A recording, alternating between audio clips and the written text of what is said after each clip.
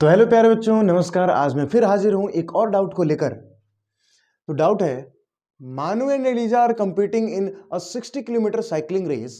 दो लड़कियां हैं, एक का नाम है मानू और एक का नाम है एजा। एक का नाम है मानू और एक का नाम है एजा। वो दोनों के दोनों एक रेस कर रही हैं, और वो रेस टोटल 60 किलोमीटर का है। Aza's average speed is 10 kilometre per hour greater than Manu's speed. तो इसमें से जो एजा लड़की है उसका जो एवरेज स्पीड है वो मानू के एवरेज स्पीड से 10 किलोमीटर पर आवर ज्यादा है। She finish the race in half an hour. जिस भी बच्चे ने मेरे से ये डाउट पूछा था ना, उस क्वेश्चन के अंदर ये हाफ दिया हुआ नहीं है, ये हाफ मैंने खुद से डाला हुआ है। ये चीज उसमें मिस प्रिंटिंग है ना, उसके अंदर ये है ही नहीं। तो आगे सॉल्व करते हैं इसको। तो क्या चीज दिया हुआ है कि ये एजा का एवरेज स्पीड ज्यादा है, मानू का एवरेज स्पीड कम है। तो एजा जो है वो आधा घंटा पहले, हाफ एन आवर, आधा घंटा पहले मानू से आधा घंटा पहले वो रेस खत्म कर ले रही है। इतना चीज दिया हुआ है। अब कह रहा है find the time taken by the मानू टू फिनिश। तो बताओ मानू ने उस रेस को फिनिश करने में कितना समय लगाया होगा।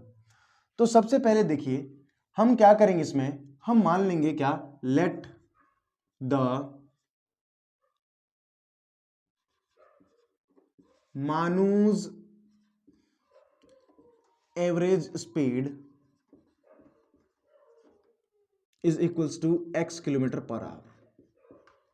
ठीक है, x kilometre per hour. Then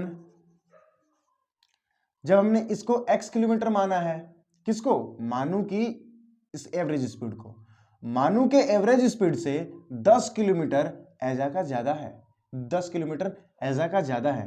तो एजा का स्पीड कितना हो जाएगा, देन एजाज एवरेज स्पीड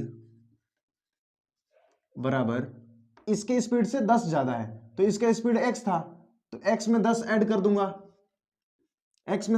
दूंगा, तो वो एजाज का स्पीड आ जाएगा। ठीक है, अब देखिए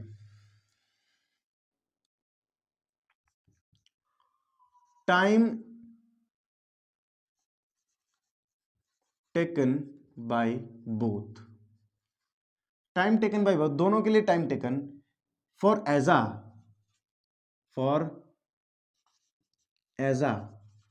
के लिए कितना टाइम हो जाएगा टाइम, जैसे कि हम जानते हैं speed is equals to distance upon time होता है। Speed is equals to distance upon time होता है ना, हम जानते हैं speed is equals to distance upon time होता है।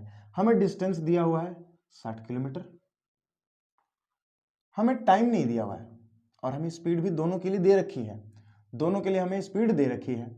तो यहां पर हम इसके लिए टाइम पता करेंगे, तो टाइम उधर चला जाएगा और स्पीड नीचे आएगा, तो डिस्टेंस अपॉन स्पीड हो जाएगा टाइम। तो यहां पर हम अगर टाइम निकालें फॉर एजा, डिस्टेंस कितना था 60 अपॉन स्पीड, एजा की स्पीड कितनी है x + 10। ठीक, फॉर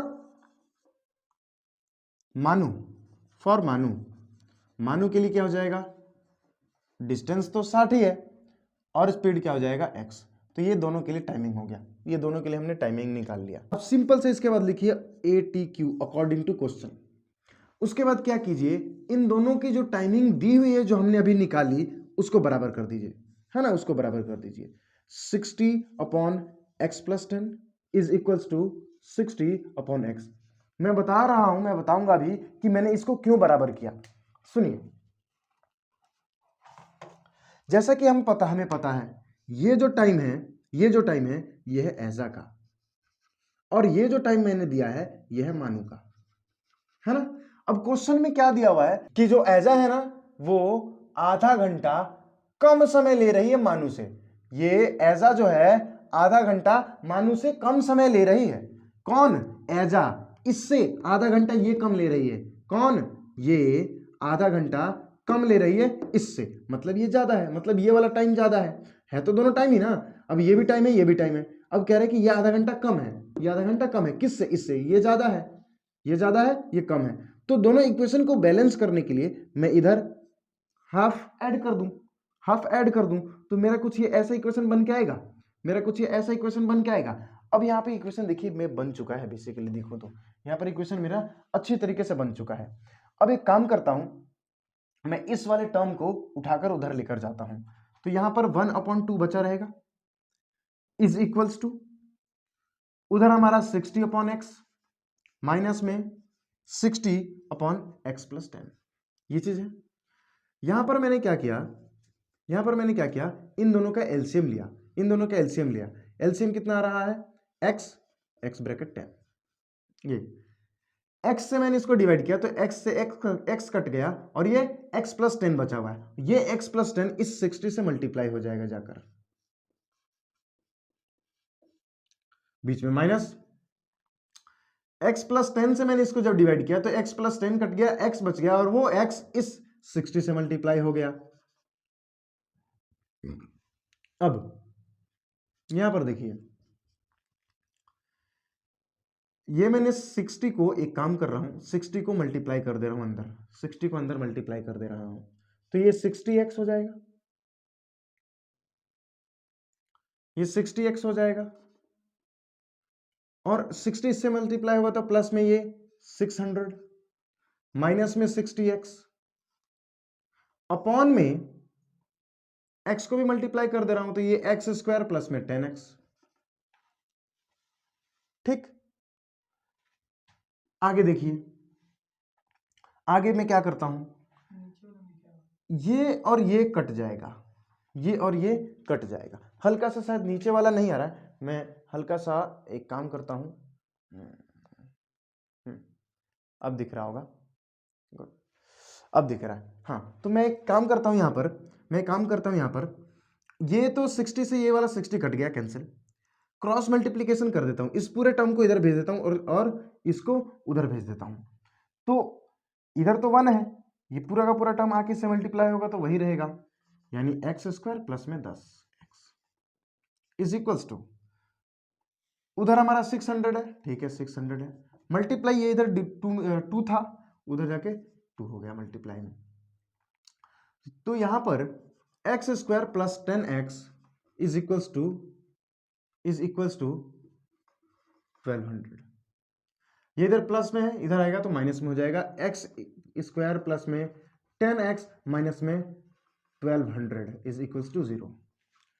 अब हमें इसका कर देना है फैक्टर में, मिडल टर्म स्प्लिट करके फैक्टराइजेशन कर देंगे हम इसका। तो सबसे पहले ये हमारा 1200 है, 1200 4 3 12 है ना, 40 और 30, 40 और 30 मुझे दिख रहा है, 40 और 30 मुझे दिख रहा है, 4 3 12 और 40 में से मैं 30 घटा तो 10 आ जाएगा, है ना। तो यहां पर x² प्लस में, x² प्लस में एक काम करता हूं, 40x माइनस में 30x माइनस में 1200, इतना हो जाएगा। इन दोनों में से मैंने क्या कॉमन ले लिया, x कॉमन लिया, तो यहां पे x+40 बचा हुआ है। इन दोनों में से मैंने माइनस का 30 कॉमन ले लिया, तो यहां पर हमारा x+40 बच गया। तो यहां से मैं, यहां पे मैं क्या करूं, x+40 ये भी मैं कॉमन अगर ले लूं तो यहां पर मेरा क्या बच जाएगा, x-30। यहां से मुझे x की दो वैल्यूज मिल रही हैं, x की दो वैल्यूज मिल रही हैं, एक है माइनस का 40 और एक है प्लस का 30। x की यहां पे दो वैल्यूज मिल रही हैं। अब x था क्या, x तो स्पीड था, स्पीड नेगेटिव कैसे हो सकता है, स्पीड नेगेटिव कैसे हो सकता है, तो स्पीड हमारा ये तो हो ही नहीं सकता, स्पीड हमारा ये तो हो ही नहीं सकता, तो ये कट जाएगा, यानी x की वैल्यू है एग्जैक्ट वो है 30, यानी हमने x ढूंढ लिया, हमने क्या किया, x पता कर लिया कि हमारा x है। जैसा कि हमें पता है, हमने क्या ढूंढ लिया, स्पीड ढूंढ लिया। ये नीचे दिख रहा है, चलिए यहां पर कर दे रहा हूं, ये शायद दिख रहा होगा।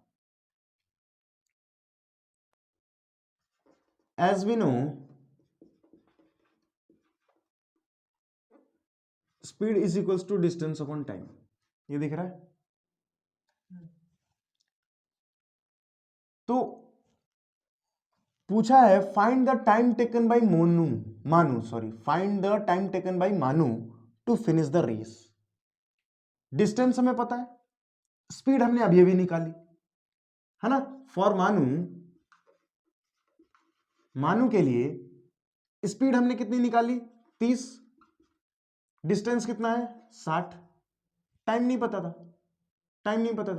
मैंने टी लिख दिया। ये टी उधर गया तो टी बराबर 60/30, 30 दूनी 60 यानी 2 घंटे। तो टाइम टेकन,